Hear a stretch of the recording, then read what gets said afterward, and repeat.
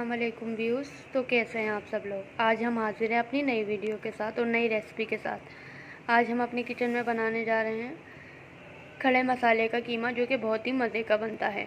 जिसके लिए हमने पानी लिया है, पानी में कीमा ऐड किया है। आप देख सकते हैं गरम मसाला लिया है, लहसुन अदरक और नमक लिया है। तो चलो अब हम अपने कीमे को पकाने के लिए रख देंगे। तो व्यूज़ आप लोग देख सकते हैं हमारे कीमे का जो पानी है वो आधा बॉयल हो चुका है।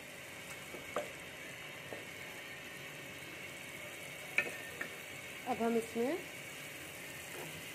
प्याज, टमाटर और हरी मिर्च शामिल करेंगे, जो कि हमने चॉप कर ली है।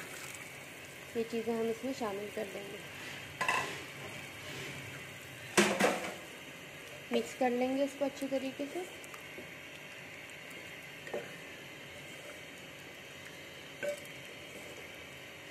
मिक्स कर लिया है। आप लोग देख सकते हैं कि हमारे हरे मसाले का गोश्त है। आप लोग ज़रूर ट्राई कीजिएगा, बहुत ही मज़े का बनता है। अब हम इसको ढक के रख देंगे,